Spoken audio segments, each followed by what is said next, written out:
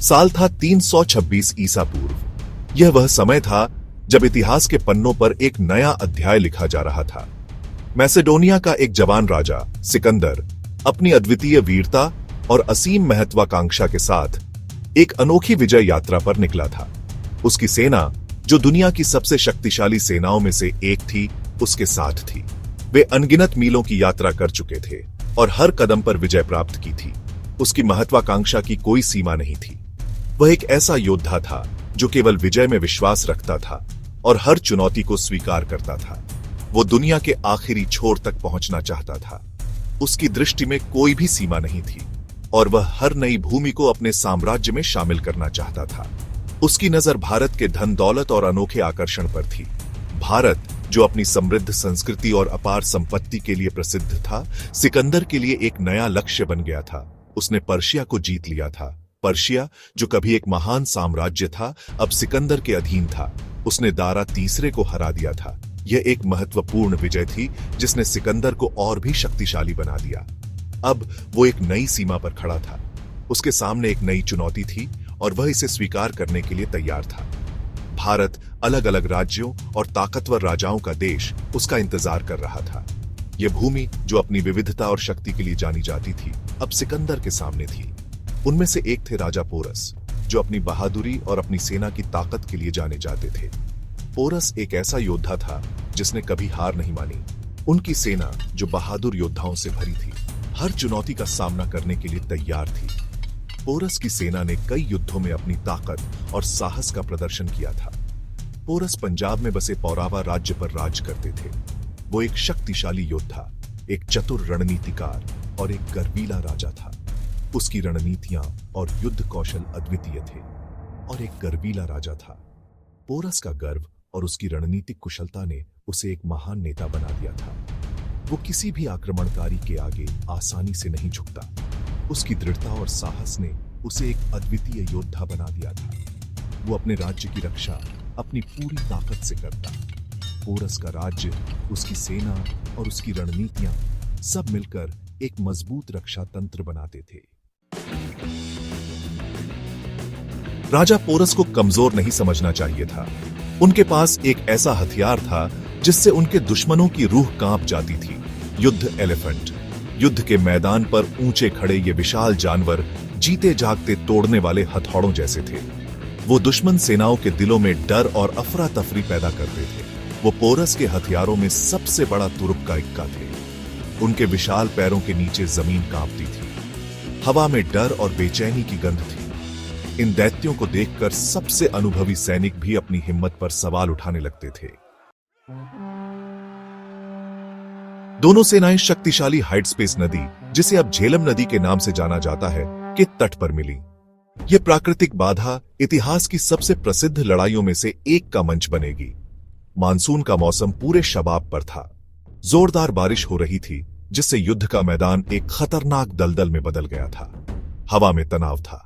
सिकंदर, एक कुशल रणनीतिकार, ने एक चालाक योजना बनाई। वो सीधे हमला नहीं करेगा।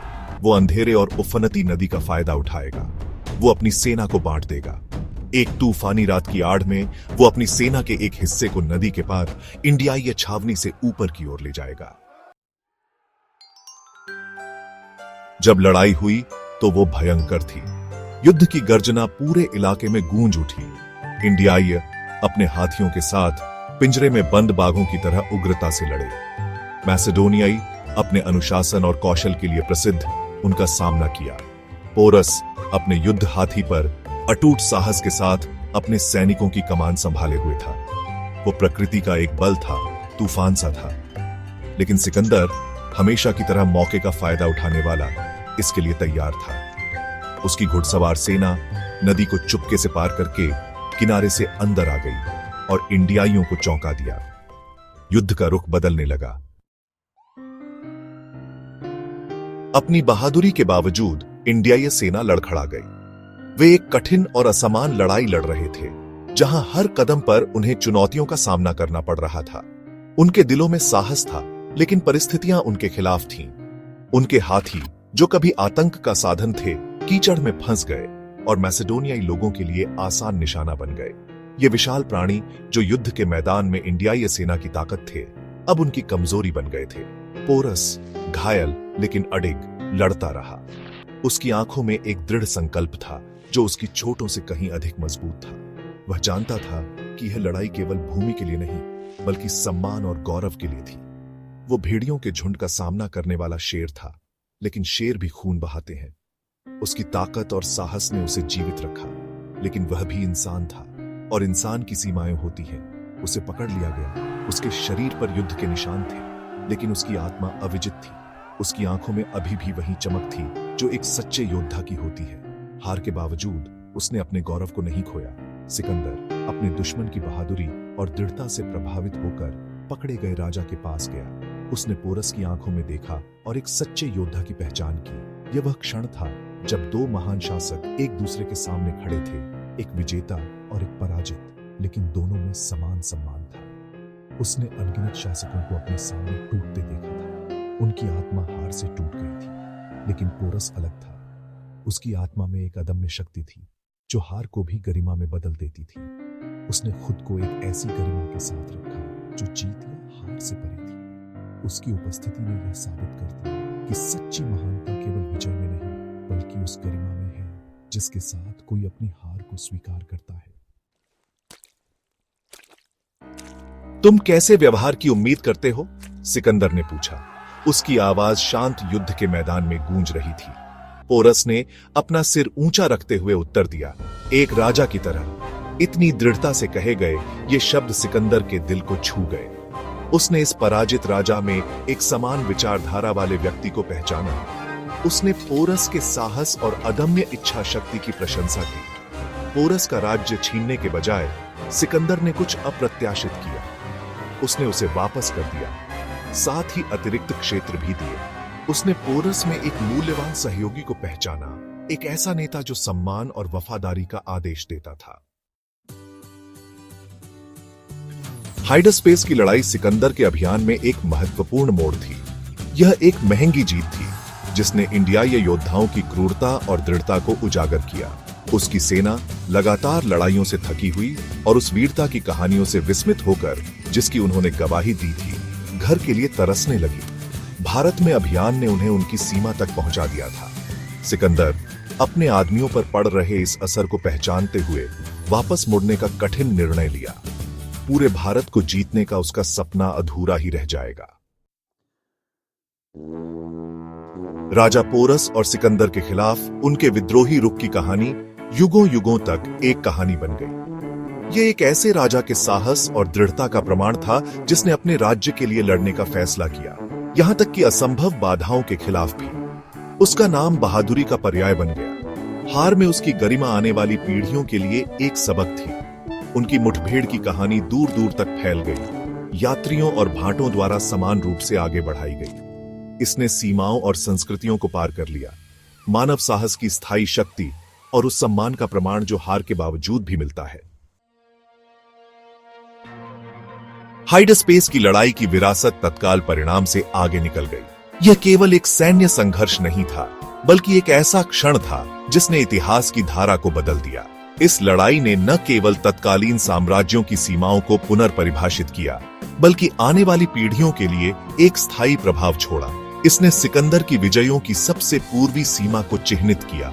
यह वह स्थान था जहां सिकंदर का विजय अभियान अपने चरम पर पहुंचा और फिर धीरे धीरे समाप्ति की ओर बढ़ा।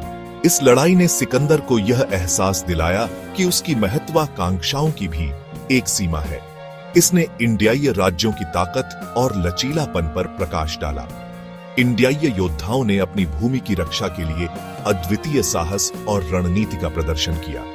यह लड़ाई इंडियाई इतिहास में एक महत्वपूर्ण मोड़ साबित हुई, जिसने इंडियाई राज्यों को एकजुट होने और अपनी स्वतंत्रता की रक्षा करने के लिए प्रेरित किया। और इसने राजा पोरस के नाम को अमर कर दिया, एक ऐसा शासक जिसने अटूट साहस के साथ विजय के तूफान का सामना किया। पोरस की वीरता और नेतृत्व ने उन्हें इतिहास के पन्नों में एक स्थायी स्थान दिलाया। एक ऐसा शासक जिसने अटूट साहस के साथ विजय के तूफान का सामना किया। पोरस ने न केवल अपनी सेना का नेतृत्व किया, बल्कि अपने लोगों के लिए एक प्रेरणा स्रोत भी बने। उनकी वीरता की कहानियां आज भी गूंजती हैं और अपने दुश्मन का सम्मान अर्जित किया। सिकंदर ने पोरस की बहादुरी को सराहा और उन्हें उनके राज्य का शासन वापस सौंप दिया। यह एक ऐसा क्षण था जिसने दोनों शासकों के बीच आपसी सम्मान और समझ को जन्म दिया। नदी, जो कभी साम्राज्यों के संघर्ष की मूक गवाह थी, अब शांत रूप से बहती थी। अपने साथ उस लड़ाई की फुसफुसाहट ले जाती थी जो एक किंवदंती बन गई थी। हाइड्सपेस नदी ने समय के साथ अपने तटों पर हुए संघर्षों को देखा और अब शांति का प्रतीक बन गई है। अपने साथ उस लड़ाई की फुसफुसाहट ले जाती थी जो एक किंवदंती बन गई थी। यह नदी और इसके आसपास का क्षेत्र अब भी उन वीर योद्धाओं की कहानियां सुनाता है जिन्होंने यहाँ अपने जीवन का बलिदान दिया। यह उस दिन की निरंतर याद दिलाता था जब मैसेडोनिया का एक राजा और भारत का एक राजा युद्ध के मैदान पर मिले थे।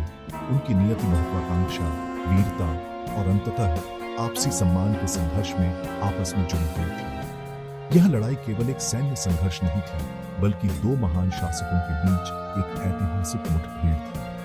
उनकी नियति, महत्वाकांक्षा, वीरता और अंततः आपसी सम्मान के संघर्ष में आपस में जुड़ी हुई थी। यह लड़ाई इतिहास के पन्नों में एक महत्वपूर्ण अध्याय के रूप में दर्ज हो गई, जिसने आने वाली पीढ़ियों को साहस, सम्मान और नेतृत्व का पाठ पढ़ाया।